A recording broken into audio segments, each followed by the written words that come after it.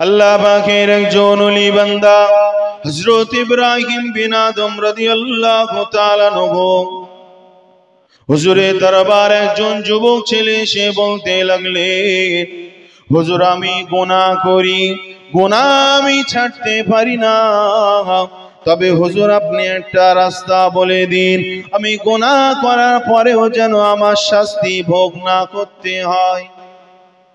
এই পৃথিবীর মানুষ চাইতো নাকি যে গুনাহ করব, র‍্যাম র‍্যাম আরাম করেই যাব, যেন শাস্তি যেন ভোগ না করতে হয়।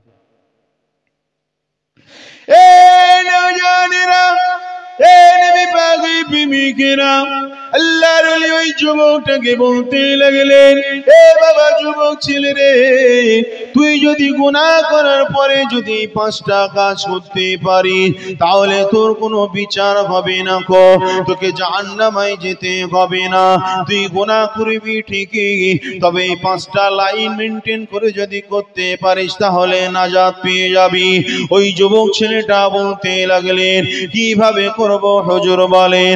সেই সময় আল্লাহ পাক বলতে লাগলেন, আল্লাহর ওই ওলি বান্দা বলতে লাগলেন, এই বাবা যুবক ছেলে, তুমি গুনাহ করবে করো, তবে আল্লাহর রাজত্বর বাইরে গিয়ে গুনাহটা করো।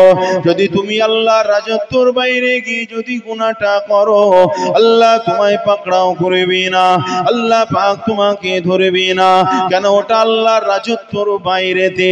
সেই সময় ওই যুবকটা বলতে লাগলো, না হুজুর, এটা কি করে সম্ভব হতে পারে, এটা কি করে সম্ভব, কারণ আল্লাহ পাক তিনি তো 7 তবক আসমান বানিয়েছেন, আল্লাহ তিনি তো 7 তবক জমিন বানিয়েছেন, সমস্ত মিলকিয়াত তো আল্লাহ পাকের হাতে, কি করে ওর বাইরে আমি চলতে পারি। সেই সময় যুবকটা বলতে লাগলো, হুজুর আপনি দ্বিতীয় লাইনটা একবার বলে দিন। এই নওজোয়ান তরুণেরা, আল্লাহর ওলি বলতে লাগলেন, এ বাবা যুবক ছেলে, তুমি যদি গুনাহ যদি তুমি করো, তবে আল্লাহ দেওয়া রিজিক তুমি ভক্ষণ করো না, আল্লাহ দেওয়া রিজিক তুমি খেও না। যদি আল্লাহ দেওয়া রিজিক যদি তুমি খাও, তাহলে তোমাকে তো জবাব তো দিতেই হবে। প্রতিনিয়ত ঈশার নামাজের পরে সূরা মুলক তেলাওয়াত করে, আল্লাহর নবী সাল্লাল্লাহু আলাইহি সাল্লাম বলছেন ওই মানুষটার কবরে আযাব হয়।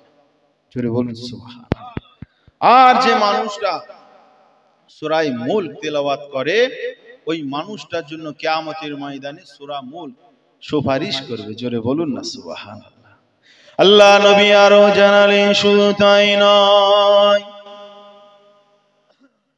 আল্লাহ নবী জানালেন, বাবা সাহাবীরা শুনে রাখো, কিয়ামতের ময়দানে, ময়দানে মাশারে যখন তোমার হিসাব নেওয়ার পরে যখন তুমি জাহান্নামী বলে ঘোষিত হয়ে যাবে, যখন তোমাকে জাহান্নামের দিকে নিয়ে চলে যাওয়া হবে, সেই সময় ওই সূরা মুলক আল্লাহর সঙ্গে তর্ক করতে লাগবে, লড়াই করতে লাগবে। জোরে বলুন সুবহানাল্লাহ। এই নওজওয়ানেরা, এই নবী পাকের প্রেমিকেরা, সূরা মুলক আল্লাহকে বলতে লাগবে, ও রব্বি আল্লাহ পাক, আমি সূরা মুলক আমার সঙ্গে এই মানুষটা বন্ধু করেছিল, পৃথিবীর জমিনে যতদিন ছিল প্রতিদিন রাতে আমার তেলাওয়াত করত। আল্লাহ যতক্ষণ না আপনার এই বান্দাকে আপনি জান্নাতবাসী না করবেন, আমি আপনার সঙ্গে ওই বান্দার হয়ে লড়ে যাব। জোরে বলুন সুবহানাল্লাহ। এই যুবকেরা, তরুণেরা, বাপীরা, ওই সূরা মুলকের লড়াইটা আমার আল্লাহ কবুল করে নেবে, ওই সূরা মুলকের আবাদতটা আমার আল্লাহ পাক কবুল করে নেবে। আমার আল্লাহ সেই সময় বলবে, যা যা যা, তোর সাথীকে তুই জান্নাতে পাঠিয়ে দে। আরো জোরে বলুন সুবহানাল্লাহ। সূরা মুলক তেলাওয়াতের অনেক ফজিলত রয়েছে। আমার বাপেরা কোরআন শরীফ তেলাওয়াত করবে বেশি বেশি করে। পৃথিবীতে যত বেশি বেশি কোরআন শরীফ তেলাওয়াত করবে, অনেক কিতাবে হাদিসে এসেছে, মুখস্থ করবে, কিয়ামতের ময়দানে পড়তে থাকবে, আর জান্নাতের মানে লেভেল, জান্নাতের মাকাম আরো উঁচু হতে থাকবে। আবার হাদিসে এসেছে যে যে মানুষ দুনিয়ায় যত বেশি কোরআন শরীফ তেলাওয়াত করবে, জান্নাতে তার মাকাম তার তত বেশি উচ্চ হবে। জোরে বলুন না সুবহানাল্লাহ। কিন্তু দুঃখের বিষয় আমাদের ঘরের বেশিরভাগ মুসলমানেরা কোরআন শরীফ তেলাওয়াত করতে জানে না। ঠিক না বেঠিক? একটু কোরআন শরীফ তেলাওয়াত করবে। আমাদের ঘরে কোরআন শরীফ তেলাওয়াত করবে না, মসজিদে গিয়ে ফতোয়া মারার জন্য ফার্স্ট আছে। যদি কোনো বাচ্চা কাচ্চা যদি একটু চিল্লামিল্লি করে, কিছু কিছু মুসল্লি এমন ভাবে রাগ রাগ দেখায়, রোকে না, যেন ও যেন বড়, ও যেন সুফি সানলাইট হয়ে গিয়েছে। বুঝে আসছে? ছোটখাটোরা ওরা মক্তবে যায়, ওরা মসজিদে যায়, চিল্লামিল্লি করতেই পারে। শরিয়াতের কোনো এরকম কোনো ফতোয়া নেই যে একজন ছেলে বাচ্চা মসজিদে গিয়ে চিল্লামিল্লি করবে আর ওই আওয়াজ কারোর কানে পৌঁছালে তার নামাজ নষ্ট হয়ে যাবে। এটা শরিয়াতের এরকম কোনো ফতোয়া নেই। বুঝে আসছে কথা? মসজিদে চিল্লামিল্লি করবে, তোমার নামাজ তুমি পড়বে। ওই যেই ছেলে কোনো মসজিদে চিল্লামিল্লি করে তার সম্পর্ক মসজিদের সঙ্গে হয়। ঠিক না বেঠিক?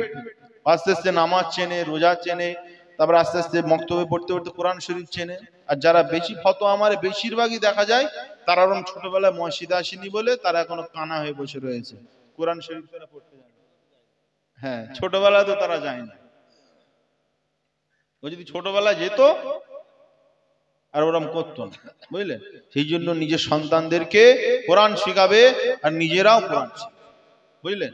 কোরআন শরীফ তেলাওয়াতে অনেক মধু রয়েছে, বুঝলেন? আর যারা আমরা কোরআন শরীফ পড়তে জানি, কোরআন শরীফ তেলাওয়াত করার সময় শুধু খতম করার উদ্দেশ্যে তেলাওয়াত করলে হবে না।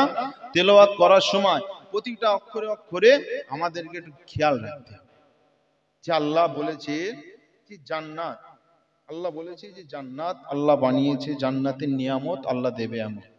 তো এই জান্নাত শব্দটা এসে ওই জান্নাতটা নিয়ে একটু শুনে ভাবলে, এই যে জাহান্নাম কথাটা এসছে, জাহান্নামের কথাটা একটু শুনে ভাবলে, বুঝে আসছে? কোন দোজকের আযাবের কথা এসছে সেটা নিয়ে একটু ভাবলে, কোন নিয়ামতের কথা এসেছে সেটা নিয়ে একটু ভাবলে কত সুন্দর হবে।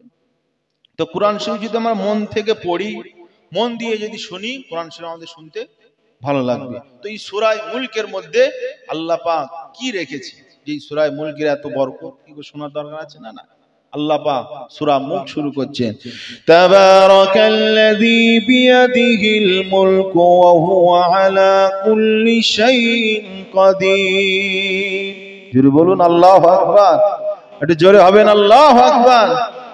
আল্লাহ পাক কোরআন শরীফের মধ্যে বললেন, তাবারাকাল্লাযী বিয়াদিহিল মুলকু, বরকতময় মহাপবিত্র আল্লাহ পাক, আল্লাযী বিয়াদিহিল মুলকু, যিনার হাতে গোটা রাজত্ব রয়েছে। জোরে বলুন সুবহানাল্লাহ। ওয়া হুয়া আলা কুল্লি শাইইন কাদির, এবং সমস্ত কিছুর পরে আমার আল্লাহ পাকের ক্ষমতা। এ নওজোয়ান তরুণেরা, আল্লাহর কোরআন যখন পড়বে অর্থগুলো একটু বোঝার চেষ্টা করবে। কেন বোঝার চেষ্টা করবে? যদি অর্থগুলো যদি বুঝে পড়ার চেষ্টা করো তাহলে কোরআনের স্বাদ হবে এক নম্বর। দ্বিতীয় নম্বর হলো আপনার ঈমানটা বৃদ্ধি পাবে। জোরে বলুন সুবহানাল্লাহ। যদি আপনি কোরআনটা বুঝে পড়েন আপনার ঈমানটা বৃদ্ধি পাবে, আপনার ঈমানের আকার, আপনার ঈমানের গুরুত্ব, আপনার ঈমানের মর্যাদা আরো বৃদ্ধি পেয়ে যাবে। এই যুবকেরা, তরুণেরা, আমার আল্লাহ পাক বললেন বিয়াদিহিল মুলকু, সমস্ত রাজত্ব আমার আল্লাহ পাকের কুদরতি হাতে। যুব পৃথিবী জমিনে যে সমস্ত মানুষেরা আল্লাহর হুকুমের বাইরে গিয়ে চলে, আল্লাহর কথাগুলো যারা মেনে চলে না, আল্লাহর আদেশগুলো যারা মেনে চলে না, এমন পর্যায় হয়ে যায় তারা মনে মনে এমন ধারণা তৈরি হয়ে যায় কবে কিয়ামত হবে, কবে বিচার হবে, সেটা তারা ভুলতে থাকে। পরকালের কথাটা তারা ভুলে যায়, দুনিয়ার কথাটা তারা ভেবে নেয়, কবরের আযাবের কথাটা তারা ভুলে যায়। এই নওজোয়ান তরুণেরা শুনে রেখে দাও, তোমরা যখন মনে মনে ভাববে পৃথিবীর সমস্ত কিছু আল্লাহ পাকের মুঠোয়, তাহলে একজন মানুষ গুনাহ করতে গিয়ে সে ভাববে, সে 100 বার ভাববে যে আল্লাহর জমিনে আমি থাকি আর ওই আল্লাহর নাফরমানি আমি কি করে চলি, আল্লাহর নাফরমানি করে আমি কি করে চলি। দুনিয়ার সমাজে মদখোরের সংখ্যা কম না বেশি? গাঁজাখোরের সংখ্যা কম না বেশি? পরকীয়ার সম্পর্ক করে সংখ্যা কম না বেশি? এখন তো ম্যাক্সিমাম ঘরেই তো সব পরকীয়ার সম্পর্কে জড়িয়ে যাচ্ছে। কত আমাদের সমাজ কত নোংরা হয়ে যাচ্ছে, কত জঘন্য হয়ে যাচ্ছে। পাপাচার নোংরা কাজে মানুষ আজ প্রচুর লিপ্ত হয়ে যাচ্ছে। আল্লাহকে ভয় করো, আল্লাহকে হাজির নাজির জেনে। আল্লাহ পাকের একজন ওলি বান্দা হযরত ইব্রাহিম বিন আদম রাদিয়াল্লাহু তাআলা আনহু হুজুরের দরবারে একজন যুবক ছেলে এসে বলতে লাগলেন, হুজুর আমি গুনাহ করি, গুনাহ আমি ছাড়তে পারি না, তবে হুজুর আপনি একটা রাস্তা বলে দিন, আমি গুনাহ করার পরেও যেন আমার শাস্তি ভোগ না করতে হয়। এই পৃথিবীর মানুষ চাইতো নাকি যে গুনাহ করব, র‍্যাম আরাম করেই যাব, যেন শাস্তি যেন ভোগ না করতে হয়।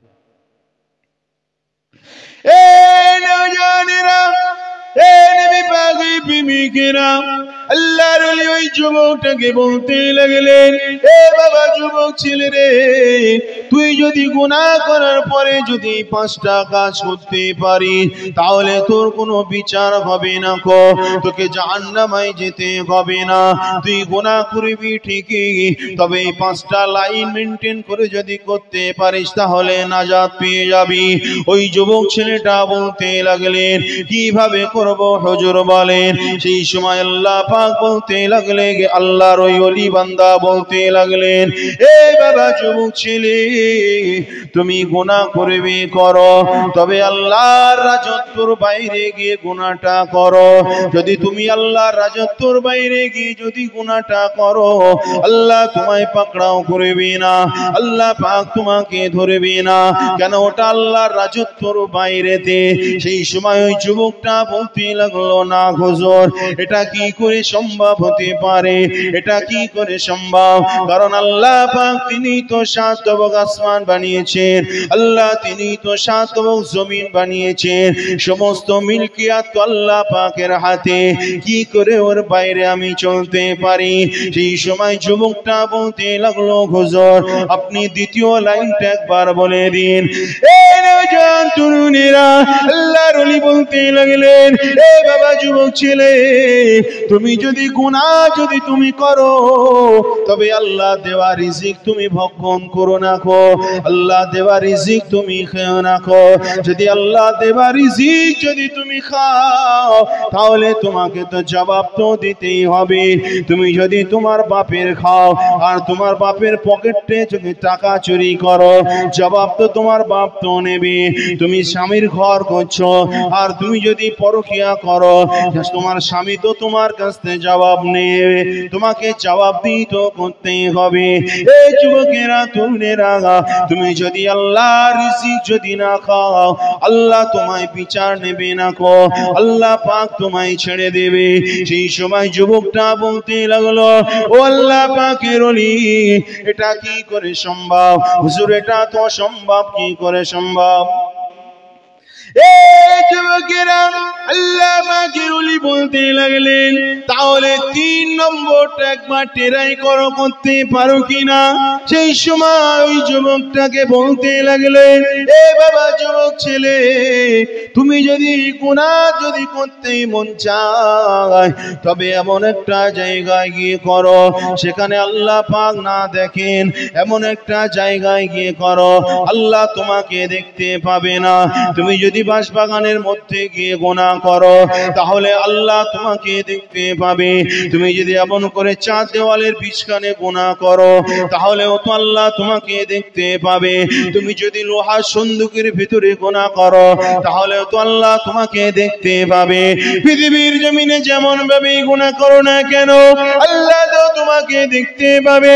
পৃথিবীর জমিনে আপনি যদি রাতে শুয়ে শুয়ে আপনি যদি ভিডিও কলে কথা বলেন, সেটাও তো আল্লাহ পাক দেখতে পাবে। এই যুবকেরা তরুণেরা শুনে রেখে দাও, আল্লাহ পাকের নজর থেকে কোনো জিনিস বাইরে নয়।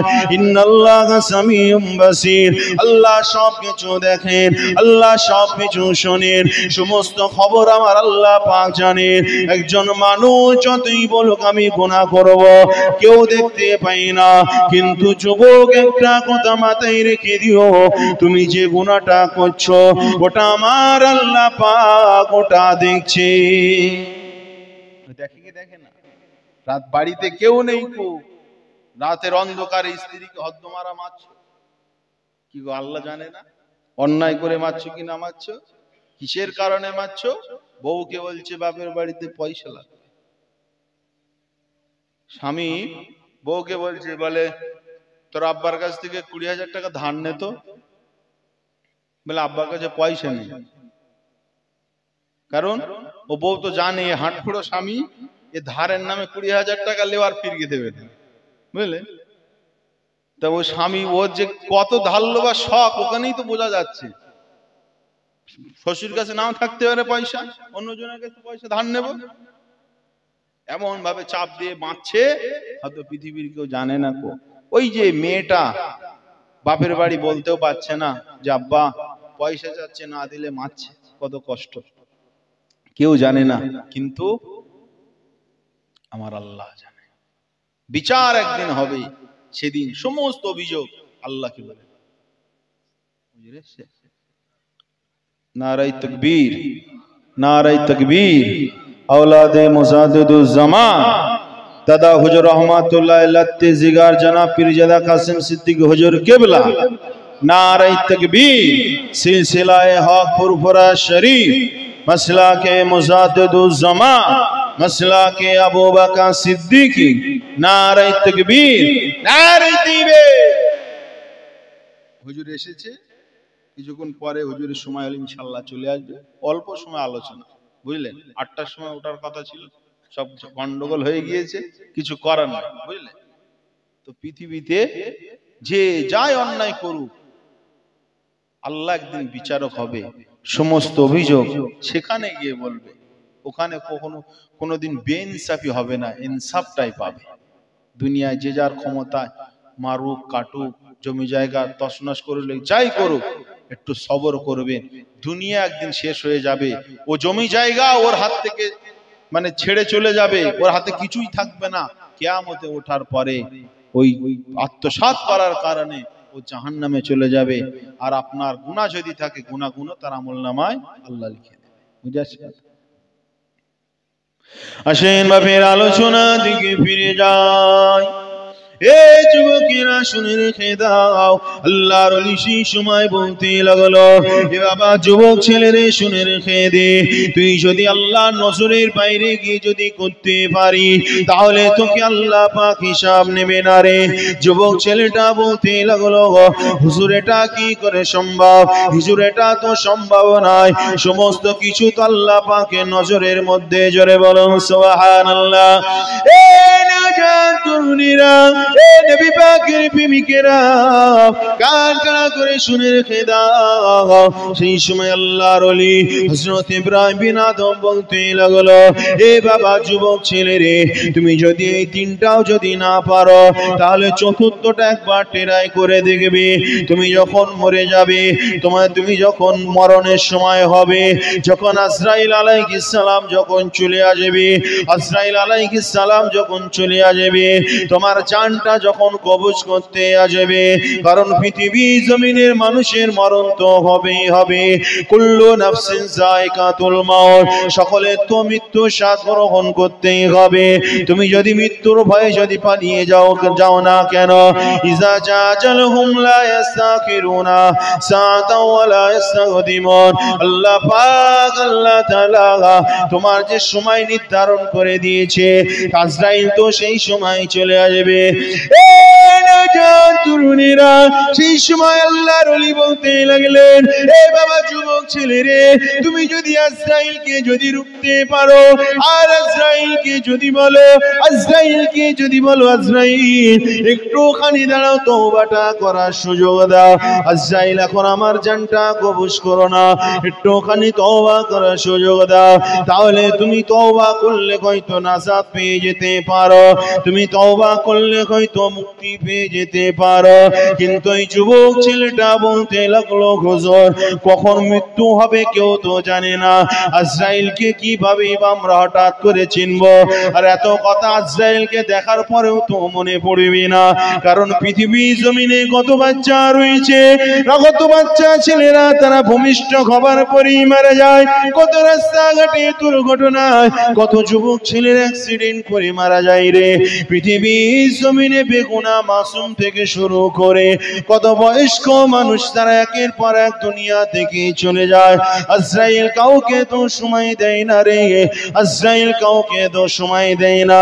আজরাইল আলাইহিস সালাম পৃথিবী জমিনে আসার পরে দুইজন মানুষের কাছে বলেছিল, একজন হলো নবী মুসা আলাইহিস সালাম, আর অপরজন হলো মুহাম্মদুর রাসূলুল্লাহ সাল্লাল্লাহু আলাইহি ওয়াসাল্লাম। জোরে বলো না সুবহানাল্লাহ। হুজুরের কাছে এসে বলতে লাগলো, ইয়া রাসূলুল্লাহ, হাবিবাল্লাহ, হুজুর আপনার জান মোবারকটা কবজ করতে এসেছি। এই কথাটা কে বলছে? হযরত জিবরাইল আলাইহিস সালাম এসে বলছেন, এ নজানেরা, আল্লাহ নবী দরবারে যখন চলে আসলো, আল্লাহ নবী জিজ্ঞাসা করলেন, আজরাইল জান কবজ করতে এসেছে। আল্লাহ পাকের ফেরেশতা বললে, ইয়া রাসূলুল্লাহ, হাবিবাল্লাহ, হুজুর আল্লাহ পাক আপনার দিদারের জন্য অপেক্ষা করছে। জোরে বলুন সুবহানাল্লাহ। আল্লাহ নবী সেই সময় বলেছিলেন, ও আজরাইল আলাইহিস সালাম, তবে আর দেরি নয়, দেরি নয়, আমাকে আল্লাহর কাছে পৌঁছে দাও। যুবকেরা শুনে রেখে দাও, পৃথিবীর জমিনে নবী আমার পর্দা নিয়েছে, দুনিয়ার জমিন থেকে পর্দা নিয়েছে, আর তাহলে আর কারোর বাঁচার মতো অধিকার এই দুনিয়ার জমিনে নাই। যেখানে রাহমাতাল লিল আলামিন পর্দা নিয়েছে আর পৃথিবীর জমিনে, তাহলে তো আর কেউ বাঁচবে না গো, বাঁচার আর কোনো লাইন নাই রে। এই যুবকেরা সেই সময় যুবক বলতে লাগলো, হুজুর এটা তো সম্ভব নয়, হুজুর এটা তো সম্ভব নয়, হুজুর আমাকে লাস্ট স্টপেজটা একবার বলে দিন।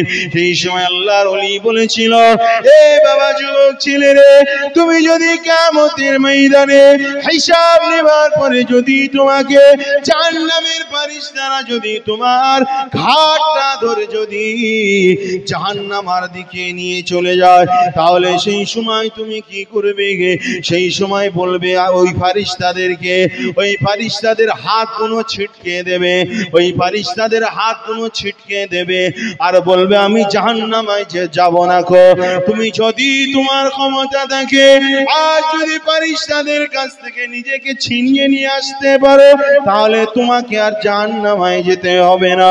সেই সময় যুবক বলতে লাগলো, হুজুর ফেরেশতাদের হাত থেকে ছিনিয়ে আসার মতো মধ্যা পুরুষ আর দ্বিতীয় কেউ হবে না। কারো মন্তানি আছে ফেরেশতাদের থেকে হাত ছিনিয়ে নেবে? এরকম পুরুষত্ব কারো আছে? কেউ নিতে পারবে না। সেই সময় যখন আল্লাহর ওলি বললেন যে 5টা লাইন ছাড়া আর কোনো লাইন নেই, গুনাহ করেও বাঁচতে যদি চাও আর কোনো লাইন নেই, সেই সময় যুবকটা চিৎ মেরে উঠে নিজের ভুলটা বুঝতে পারলেন, গুনাহ থেকে সঙ্গে সঙ্গে তওবা করে নিলেন। জোরে বলুন সুবহানাল্লাহ। আমার আব্বা জানেরা, আমার ভাই জানেরা, এটা হলো দুনিয়া, এটা হলো দুনিয়া। আপনার আল্লাহ অনেক টাকা দিয়েছে, আপনি যদি গরিব মানুষকে যদি আপনি না দেখেন, সাহায্য যদি না করেন, ওই টাকার হিসাব আপনাকে দিতেই হবে। আমি কি অপরাধ করেছি? আল্লাহ আমাকে দিনে 500 টাকা রোজ দেয়, আর একজন ছেলে, সেও তো আল্লাহ তো তাকেও পাঠিয়েছে, ওর কেন দিনে 5000 টাকা রোজ দেবে? আমি কি অপরাধ করেছি বলে? এটা দুনিয়ায় টাকা পয়সা একটা হিসাব নিকাশের মাধ্যম। আল্লাহ আমার 500 টাকা রোজ দেয়, আমি যদি 500 টাকা সংসার করতে মোটামুটি সব শেষ হয়ে যায়, এই পর্যন্ত আর কোনো হিসাব নেই। কিন্তু আপনাকে যে 5000 টাকা আল্লাহ দিয়েছে, ওটা তো আর আপনার ব্যবহার করার জন্য দেয়নি, ওটা আপনার যারা প্রতিবেশী গরিব রয়েছে তাদের দেখাশোনা করার জন্য দিয়েছে। বুঝে আসছে কথা? তাহলে ধনী মানুষ যদি ওর টাকাগুলো যদি দেখাশোনা না করে, গরিব অসহায় এতিম মিসকিনদের যদি দেখাশোনা না করে, তাহলে কি হবে? ওর টাকার হিসাবটা দিতে হবে। কোন গরিব ফ্যামিলি মেয়ের যদি বিয়ে ডেট হয়ে যায়, আর যদি টাকা পয়সার জন্য যদি ওই ফ্যামিলির কোন মানে ওই মেয়ের মা বলেন বাপ বলেন, ও চোখ দিয়ে যদি পানি পড়ে, পানি গড়িয়ে যায়, তাহলে যারা টাকাওয়ালা মানুষ কিয়ামতে তাদেরকে হিসাব দিতে হবে। তারা যদি সাহায্য করত, তাহলে এই দুঃখের দিন তাদের আর আসতো। ঠিক না বেটি? তোমায় টাকা দিয়েছে, তুমি তো তেমন বড় বাহাদুরি না, কেন তুমি যখন দুনিয়াতে এসেছিলে ছোট্ট হয়ে এসেছিলে। আর আমি কি দুনিয়াতে এসেছি অনেক পাপ কাজ করে এসেছি? জানলা আমার 500 টাকা রোজ দিয়েছে। বুঝে আসছে কথা? গরিব কাউকে বানিয়েছে, কাউকে ধনী বানিয়েছে। গরিব মানুষরা যাদের কাছে টাকা থাকে, বেশিরভাগ তারা টাকার হিসাব করতে গিয়ে তারা ভুল করে ফেলে। সেই জন্য ধনী মানুষরা বেশিরভাগ সব সময় লাস্টে জান্নাতে যাবে। বুঝে আসছে কথা? হিসাব দিতে দিতে। আর গরিব মানুষরা ফার্স্ট ক্লাস, ফার্স্টে জান্নাতে চলে যাবে। জোরে বলুন সুবহান। মুসলমান ঘরে ছেলে মেয়েরা, নওজোয়ান তরুণীরা, এ নবী পাকের প্রেমিকেরা, আলোচনাটা শুনে রেখে দাও রে। এটা হলো দুদিনের দুনিয়া। এই দুনিয়ায় মানুষ চিরস্থায়ী বাঁচবে না রে। এই দুনিয়ায় মানুষ চিরস্থায়ী বাঁচবে না। কুল্লু মান আলাইহা ফান ওয়া ইয়াবকা ওয়াজহু রাব্বিকা যুল জালালি ওয়াল ইকরাম। এই দুনিয়া একদিন শেষ হয়ে যাবে, এই দুনিয়া একদিন ফানা হয়ে যাবে। আমার আল্লাহ পাকের রাজত্ব থাকবে। আমার আল্লাহ পাক সেদিন কিয়ামতের দিনে থেকে আমার আল্লাহ পাক বিচারের আসনে বসবেন। শুনে রেখে দাও, আল্লাহ পাক দুনিয়াতে হায়াত মউত সৃষ্টি করেছে।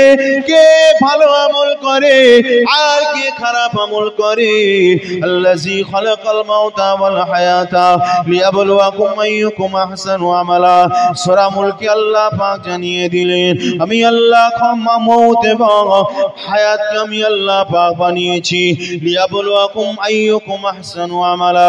তোমাদের ভিতরে কর্মে, ভালো কর্মে কে বেশি আগে সেটা আমি আল্লাহ যাচাই করার জন্য। এই নওজোয়ানেরা, দুনিয়ার জমিনে আমার অনেক টাকা হবে, দুনিয়ার জমিনে আমার অনেক পয়সা হবে, এটা প্রতিযোগিতা করার জন্য আল্লাহ পাঠাইনি। আমি অনেক জমি জায়গা কিনব, এটা প্রতিযোগিতা করার জন্য আল্লাহ পাঠাইনি। আমার আল্লাহ দুনিয়ায় পাঠিয়েছে আমলের জন্য। আর হায়াত মউত আল্লাহ দিয়েছে কে মানুষটা কত আমলের দিকে আগে, এই জন্যই আল্লাহ হায়াত মউত দিয়েছে। কারণ পৃথিবীর জমিনে যারা আসে তারা ন্যাংটো হয়ে, অলঙ্গ হয়ে পৃথিবীর জমিনে আসে। আর যখন বিদায় নেয়, আর যখন চলে যাওয়ার সময় হয়, ওই মানুষটার গায়ে 3 টুকরা সাদা কাফন পরিয়ে দেওয়া হয়। আরো যদি মহিলা হয়, 5 টুকরা সাদা কাফনের কাপড় পরিয়ে দেওয়া হয়। আর ওর সঙ্গে যে খাটিয়াটা নিয়ে যাওয়া হয়, ওই খাটিয়াটা এনে আবার সুন্দর করে মুছে আবার মসজিদে রেখে দেয়। আর ওই যে পাটাটাই শোবানো হয়, ওই পাটাটা আবার পুকুরের ভেতরে ফেলে অনেক দিন সেটা চুবিয়ে রাখে। ঠিক না বেটি? এটা হলো দুনিয়া। দুনিয়া দুনিয়া দুনিয়ার কোনো মূল্য নাই রে। লক্ষ কোটি টাকার মালিক হবার পরে ওই টাকা আপনার কোনো উপকারে আসবে না। এই যুবক শুনে রেখে দাও, পৃথিবীর জমিনে একজন শ্রেষ্ঠ বাদশাহ জুলকারনাইন, আপনারা নাম শুনেছেন তো? শুনেছেন তো নাকি? বাদশাহ জুলকারনাইন পৃথিবীর জমিনে শ্রেষ্ঠ বাদশাহ নবী সুলাইমান আলাইহিস সালামের আগের বাদশাহ গোটা পৃথিবীটা রাজত্ব করেছিল, গোটা পৃথিবীটা শাসন করেছিল। বাদশাহ জুলকারনাইন মরণের আগে বলে গিয়েছিল, আমি যখন মরে যাব আমার মরণের পরে ওই কাফনের কাপড় থেকে আমার হাতটাকে বাহির করে দেবে।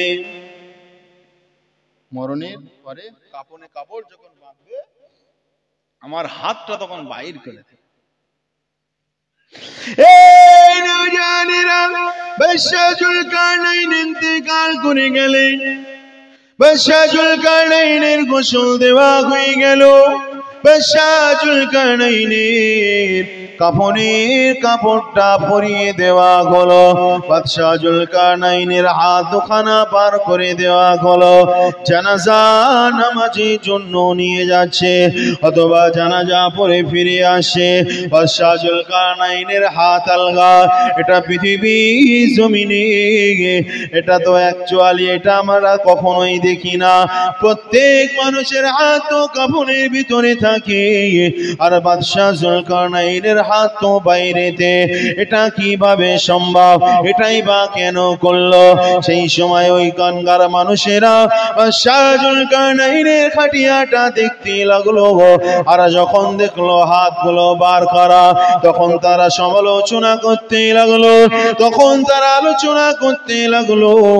বাদশাহ জুলকারনাইন এতদিন পর্যন্ত রাজত্ব করে গিয়েছে, এতদিন পর্যন্ত দেশ চালিয়েছে, এতদিন পর্যন্ত কোটি কোটি টাকার সম্পদ নড়াচড়া করেছে। বাদশাহ জুলকারনাইন দেখো দেখো এত লোভ হয়ে গিয়েছে, দুনিয়ার প্রতি এত মায়া হয়ে গিয়েছে, এত টাকা পয়সা ধন দৌলতের লালসা হয়ে গিয়েছে। বাদশাহ জুলকারনাইন হাত বের করে দিয়ে আবার সবার কাছে চাইছে, দাও দাও দাও দাও। বাদশাহ মরে যাবার পরেও বাদশাহ দুনিয়ার মায়া বাদশার অন্তর থেকে যায়নি। বাদশাহ এখনো চাইছে রে যুবক। এই নওজওয়ানেরা, এই নবী পাকের প্রেমিকেরা শুনে রেখে দাও। বাদশাহ জুলকারনাইনের ভক্তরা, রাজ দরবারের মানুষেরা সারা বাদশাহ জুলকারনাইনের কথা শুনেছিল। তারা বলতে লাগলো, না রে বাদশাহ পয়সা চাই না রে, বাদশাহ জমি জায়গা চাই না রে, বাদশাহ ধন দৌলত চাই না রে। বাদশাহ আমাদেরকে বোঝাতে চেয়েছে, দেখ রে আমি পৃথিবীর জমিনে আমি গোটা পৃথিবীর বাদশাহ হওয়ার পরে, আমি এত ধন দৌলতের মালিক হওয়ার পরে, এত টাকা পয়সা জমি জায়গার মালিক হওয়ার পরে আমার আয়ত্তে কোটি কোটি টাকা, কোটি কোটি ডলার আমার কাছে ছিল। আমার আয়ত্তে শূন্য মুদ্রা ঘিরে মুক্ত মানার কোনো অভাব ছিল না রে। এই দুনিয়ার মানুষেরা দেখ রে দেখ, আমি এত বড় বাদশাহ, গোটা পৃথিবীর বাদশাহ হবার পরে, মরণের পরে মরে যাবার পরেও আমি বাদশাহ, আমার দুই হাতটা ফাঁকা দেখে রে। বাদশাহ জুলকারনাইন বোঝাতে চেয়েছেন, এই পৃথিবীর মানুষেরা শুনে রেখে দে, তোরা নামাজটা ছেড়ে দিচ্ছে, দুটো টাকার জন্য নামাজ ছেড়ে দিচ্ছে, দুটো টাকার জন্য রোজা ছেড়ে দিচ্ছে, দুটো টাকার জন্য হারাম হালাল বাসিস না, রাতারাতি কোটিপতি হওয়ার জন্য তোরা লটারি কাটছি, জোয়া খেলছে। পৃথিবীর জমিনে যত প্রকার অপরাধ রয়েছে সমস্ত অপরাধের মধ্যে তোরা লিপ্ত হয়ে যাচ্ছে। দুটো টাকা বেশি হয়ে যাওয়ার পরে সিনেমা হলে তোরা চলে যাচ্ছে, দুটো টাকা বেশি হবার পরে তোরা কোথায় দিঘায় চলে যাচ্ছিস ফুর্তি করার জন্য, দুটো টাকা হবার পরে তোরা প্রেম ভালোবাসায় পয়সা কোন উড়িয়ে দিচ্ছে, প্রেমিকাকে খুশি করার জন্য হাজার হাজার টাকা ব্যয় করে দিচ্ছিস রে, একজন নারীকে পাবার জন্য হাজার হাজার টাকার মোবাইল তার হাতে খরিদ করে দিচ্ছিস রে। এই যুবক, পৃথিবীটা এমন করে এত নোংরা হয়ে যাচ্ছে, পৃথিবীটা এত বাজে হয়ে যাচ্ছে। এই নওজওয়ানেরা, পৃথিবীর মানুষ দুনিয়া নিয়ে মানুষ যতই চাক না কেন, দুনিয়া দুনিয়া দুনিয়া দুনিয়া মানুষ যতই করুক না কেন রে বাদশা এমন করে বোঝাতে চাইছে তোদের খালি হাতে সেই কবরের ভিতরে তোদের যেতে হবে। এই যুবকেরা তরুণেরা সেই কবরের ভিতরে খালি হাতে যেতে হবে। আপনি যদি খুন করেন তাও আপনাকে কবরে যেতে হবে। আপনি যদি হারাম খান তাও আপনাকে কবরে যেতে হবে। আপনি যদি কাউকে মার্ডার করেন তাও আপনাকে কবরে যেতে হবে। আপনি যদি আপনার বোনের সম্পদ যদি আত্মসাৎ করেন তাও আপনাকে কবরে যেতে হবে। এই যুবকেরা তরুণেরা, আপনি যদি আপনার স্ত্রীকে রাতের অন্ধকারে মারেন তারপরে আপনাকে কবরে যেতে হবে। আপনার স্ত্রীকে যদি গালিগালাজ করে, তার সঙ্গে যদি কুকুরের মতো আচরণ করে, তারপরেও আপনাকে কবরে যেতে হবে। আপনার মুখ থেকে যদি মদের গন্ধ বাইরে হয়, তারপরেও আপনাকে কবরে যেতে হবে। পৃথিবীর জমিনে ভালো কাজ করেন আর চাই খারাপ কাজ করেন না কেন, আপনি যাই করেন না কেন, কবরের ভিতরে আপনাকে তো যেতেই হবে। এই যুবকেরা তরুণেরা, কবরে তো আপনাকে যেতেই হবে। কোন নেতার জন্য যদি আপনি কাউকে মার্ডার করে দিয়েছেন, এই যুবক আপনার গুনার ভাগও নেবে না রে। ওয়ালা তাজিরু ওয়াজিরাতুন বিজরা উখরা, কেউ কারোর গুনার ভাগ নেবে না রে। কারোর বাড়ি যদি ইট পাটকেল ছোড়ো, কারোর মাথায় যদি ইট ছুঁড়ে তাকে যদি মারার চেষ্টা করো, যার কথা মতো মারছো, কেউ আপনার গুনার ভাগ নেবে না রে। আপনি যে অন্যায় কাজ করছেন, আপনাকে সে গুনার ভাগটা আপনাকে পাওয়াতে হবে, সেটা আপনাকেই সইতে হবে রে। এই নওজোয়ান তরুণেরা, যত অন্যায় অবিচার আপনি করেন না কেন, কবরে যাওয়ার পরে আপনাকে শাস্তি দিতেই হবে। পৃথিবীর জমিনে গরিব মানুষ বলে আমি ইনসাফ পাইনি রে। আমি মুসলিম হবার পরে, মুসলমান হবার কারণে আমাকে জোর করে জয় শ্রীরাম বলিয়ে নিয়েছে, আমার দাড়ির মুঠোটা ধরেছে, আমাকে চড় চাবড় মেরেছে, আমি কিছুই বলতে পারিনি। এমন করে ওই সমস্ত ইউপি রাজ্যে বলেন আর বাংলার রাজ্যে বলেন, অনেক গরিব মেয়েদেরকে নিয়ে তাদেরকে রেপ করে দিয়ে তাদেরকে মেরে ফেলে দিচ্ছে রে। 2-4 দিন হরতাল হচ্ছে, তারপরে বিচার কোথায় যাচ্ছে আর কোনো ঠিক ঠিকানা নাই। এমন করে কত গরিবের মেয়েকে এমন করে চাকরি দেওয়ার নাম করে, কত বউকে চাকরি দেওয়ার নাম করে তার সঙ্গে শারীরিক সম্পর্ক করতে চাইছে, কত মেয়ের লাইফ নষ্ট করে দিচ্ছে, কত যুবতী মেয়ের লাইফ নষ্ট করে দিচ্ছে। চাকরি করার ক্ষেত্রে অনেক সময় মেয়েদের রূপকে দেখা হচ্ছে, তার যোগ্যতাকে দেখা হচ্ছে না। পৃথিবী জমিনে চাকরি দিতে গিয়ে অনেক ছেলের যোগ্যতা দেখা হচ্ছে না, তার ঘুষ কেমন দিচ্ছে সেটা দেখা হচ্ছে। পৃথিবীর জমিন বড় খারাপ হয়ে যাচ্ছে রে। এই যুবকেরা তরুণেরা, আপনি যে আপনার সাথে যে অন্যায় কাজ হলো, আপনি যে কেস করতে যাবে গে, আর তেমন যদি আপনার পয়সা যদি আপনার না থাকে, আপনি কেসে জিততে পারবেন না। আর যার কাছে পয়সা রয়েছে, সে পয়সা দিয়ে সে কেসে জিতে যাবে, এটাই তো দুনিয়ার বাস্তবতা। এই ঠিক না বেঠি? আমি ভুল বলছি নাকি? এটা দুনিয়ার বাস্তবতা। আপনার একটা মেয়ে হয়েছে, দেখতে একটু রং চাপা, সমাজ এত খারাপ হয়ে গিয়েছে, একটা ছেলে বিয়ে করবে আপনার মেয়ের, সে মনে মনে আশা রাখছে ও দেখতে তো রং চাপা, যদি ওর বিয়ে করি তাহলে অনেক টাকা করি মাল করি পাবো। ঠিক না বেঠি? বুঝে আসছে? এখন সমাজ এত খারাপ হয়ে গিয়েছে, আপনি যদি আপনার মেয়ের বিয়ে দেন, একটা কাজ করবেন, যদি মেয়ের বিয়ে দেন না, ওই প্রথমবারই যখন বিয়ে হবে, প্রথমবার যদি গাড়ি দিতে চান গাড়ি দিয়ে দেবে, যদি খাট পলঙ্গ দিতে চান সেটা দিয়ে দেবে। বুঝে আসছে কথা? খাট দিয়ে দেবেন, শোকেস দিয়ে দেবেন, আলমারি দিয়ে দেবেন, ঠিক আছে? 50,000 টাকা তাও দিয়ে দেবে, তাহলে আপনি বাঁচতে পারবেন। বুঝে আসছে কথা? যদি নাও চায়, যদি না চায়, যদি নাও চায়, আপনি বিয়ের সময় আগে দিয়ে দেবেন খাট, শোকেস, আলমারি, 50,000 টাকা। যদি গাড়ি দেওয়ার ক্ষমতা থাকে আপনি দিয়ে দেবেন। আপনার যদি পকেট যদি ধার মানে ফাঁকা হয়ে যায়, কিংবা দেখা যাচ্ছে 20,000 টাকা 30,000 টাকা যদি মাইনাস হয়, তাও আপনি ধার মার করে দিয়ে দেবেন। আপনি এর থেকে বেঁচে থাকতে পারবেন, বুঝলেন? আর এখনকার ম্যাক্সিমাম কি হচ্ছে, যারা ওই বলছে কিছু টাকা পয়সা লাগবে না কো, শালা ম্যাক্সিমাম ওই শস্যের মধ্যে শালা সব ভূত ঢুকে বসে রয়েছে, বুঝলেন? সারা জীবন দেও আপনি নাম পাবেন, দিয়ে আপনি নাম পাবেন না, সারা জীবন দেবেন, শুধু আপনি দেবেন। এবারে 10,000 ধার নিল, এবারে 50,000 ধার নিল, এবারে 1 লাখ ধার নিল, সারা জীবন শুধু ধারের খাতায় পড়ে থাকবে, ঠিক আছে? আর পরিশেষে একটাই কথা হবে যে শ্বশুর বাড়ি থেকে কিছু চেয়ে এলেন, বুঝে আসছে কথা? এটাই বাস্তব। কিন্তু যদি বাঁচতে চান পয়সা ময়সা আগে সব দে, বাপ আমার কাছে এত কিছু ছিল দিয়ে দিয়েছি, যা আমি খুশি করে দিয়ে দিচ্ছি, তারপরে এবার ওর পয়সা চাইতে গেলে ওটু 10 বার ভাব, ঠিক না বেটি? সমাজ অনেক খারাপ হয়ে গেছে, আমাদের সমাজ অনেক নোংরা হয়ে গেছে।